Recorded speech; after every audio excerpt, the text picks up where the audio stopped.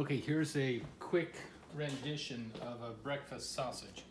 So we have some of the meats that I have left over from this morning. You can see they're a bit firm, slightly frozen, but not all the way frozen. Just firm from the freezer.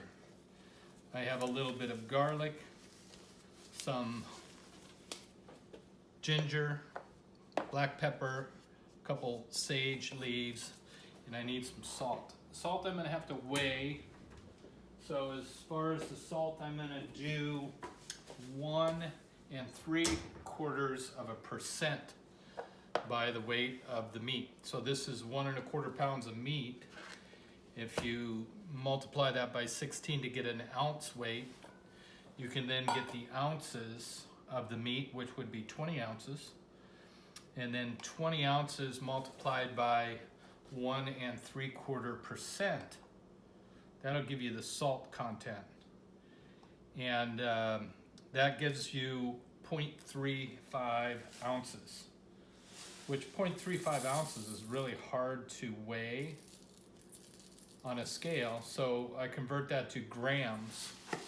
And if we take 0.35 ounces and multiply it by 28, because there are 28 grams to the ounce, we then get 9.8.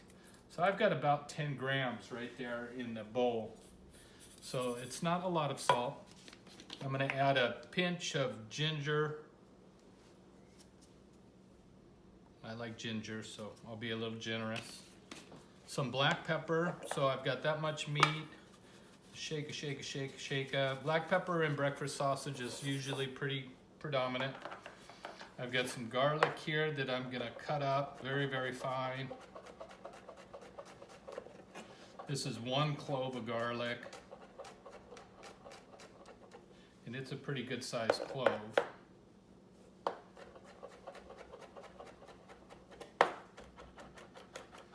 And then we're gonna cut up some fresh sage that I pulled out of the garden. Leaves aren't very big right now because it's not really the season. So it's growing, it's looking good, but the leaves are pretty small. So really get your garlic nicely chopped because we don't want it too bulky. You can even smash it a little bit like that. Bring some of the oils out in it. So I use the side of my knife to do that. You can even put a little salt in there. That will help grind it up a bit. We'll add some garlic. Cut up some of this sage. Sage is kind of a traditional spice in breakfast sausages. You could add some sugar here, and it's basically a very small amount of sugar, like pinch or 1/8 of a teaspoon.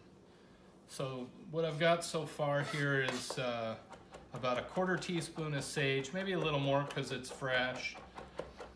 I'm using 1 clove of garlic, 1/8 of a teaspoon or a pinch of ginger, and 1/4 teaspoon of pepper. Okay, so that's all the ingredients we need for the seasoning. Now we need the meats. And the meats, we're going to dice them fairly small.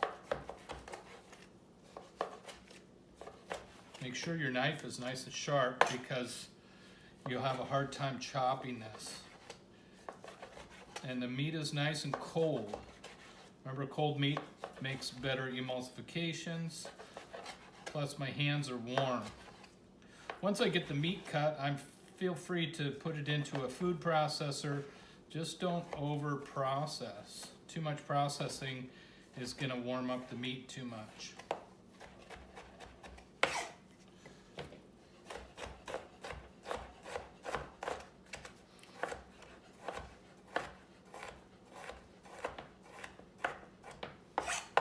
A grinder would be great if I had a meat grinder.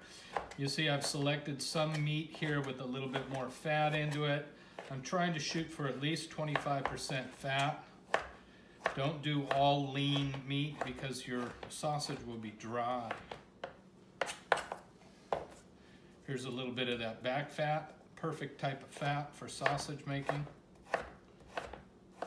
So you thought it looked like a lot of salt at first, huh?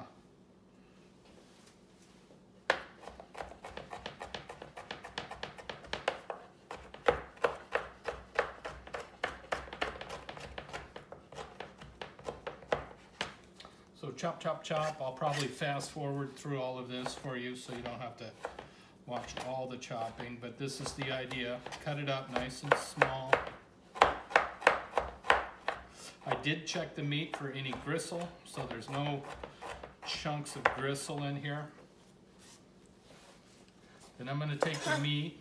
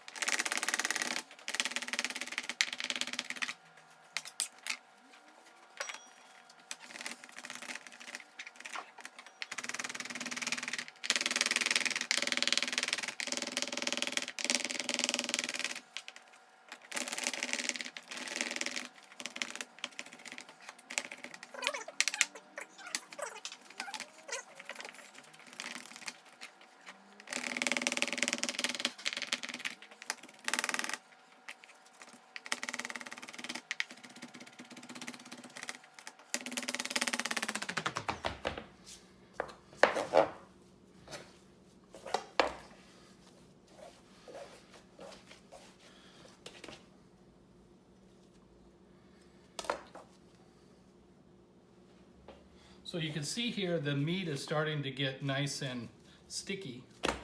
It's not falling apart. It's still very cold. I think I'll go through 1 or 2 more times.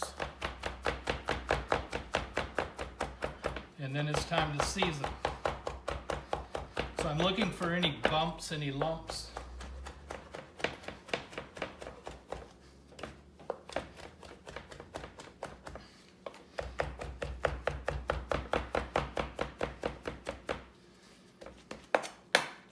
Okay, we're gonna dump all of this seasoning in here. Mix everything together.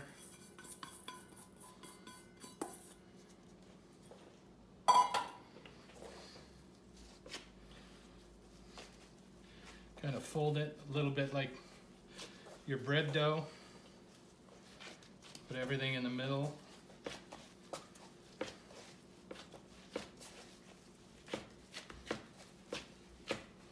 Now your hands add a lot of heat to this, but that also helps emulsify the meat. So we're going to want to squeeze it a little bit. Get everything mixed very thoroughly in here. You want to achieve a good emulsion so that your sausage doesn't fall apart. So I'm really squishing and squeezing, but it's hard to do because it's so cold. But you can see that this is coming together now nice.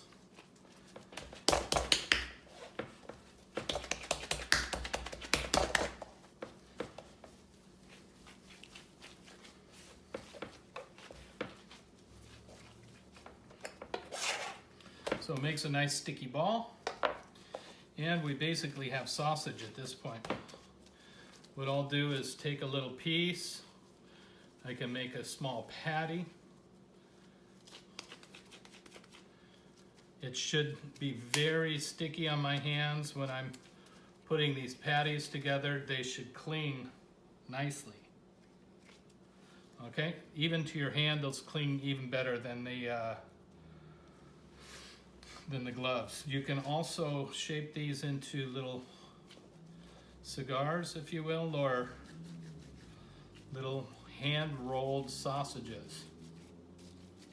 Okay, the thing is you got to get them narrow enough so that they actually look like a breakfast sausage, and they don't really want to stretch too much. Okay, and that would do it. Right there, that's how you would make little links. You could cut off a piece here, pinch off the ends.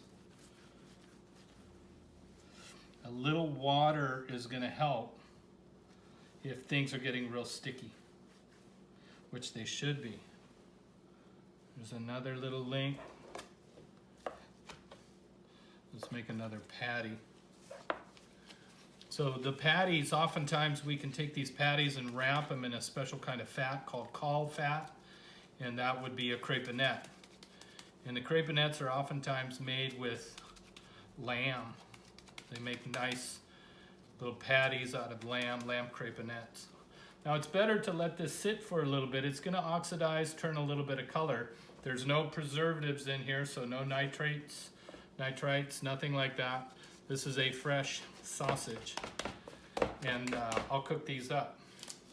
So let's take a little break.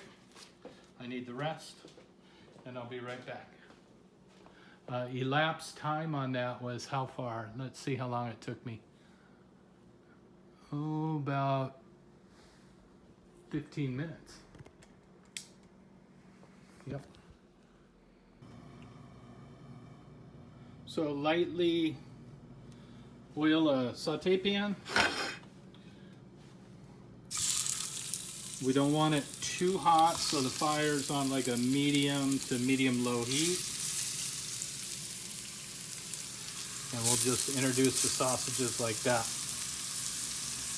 Yeah, it looks really tasty. So we'll see how it comes out. I'll be back when I flip them.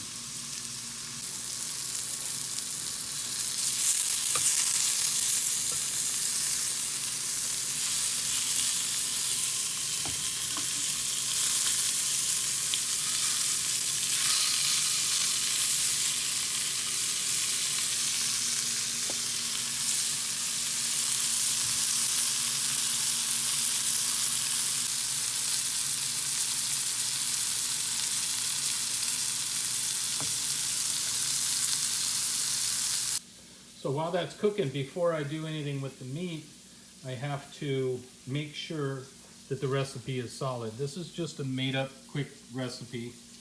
There you go right there. Take a screenshot, you got it. Sugar is optional, you don't have to use it. And this was 1.25 pounds of meat. You can see the fire on low. Okay, so here we are finishing up. And these little sausage patties here,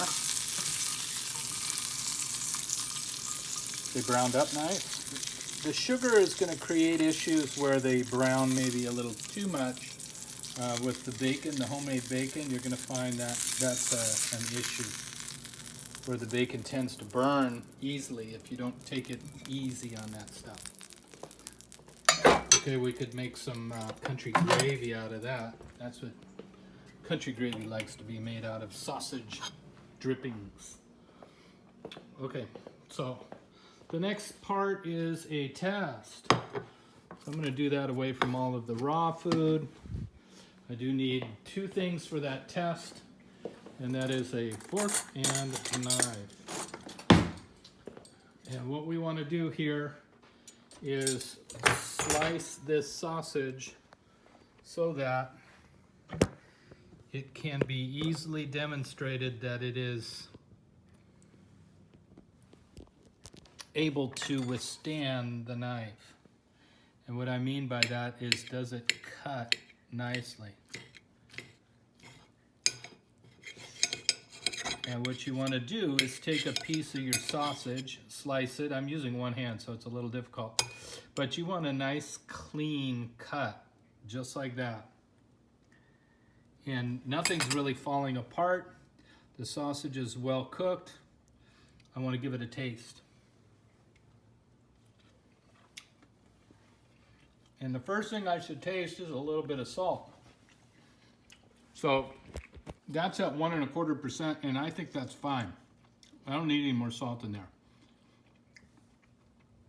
I did find a piece of cardlet, shame on me.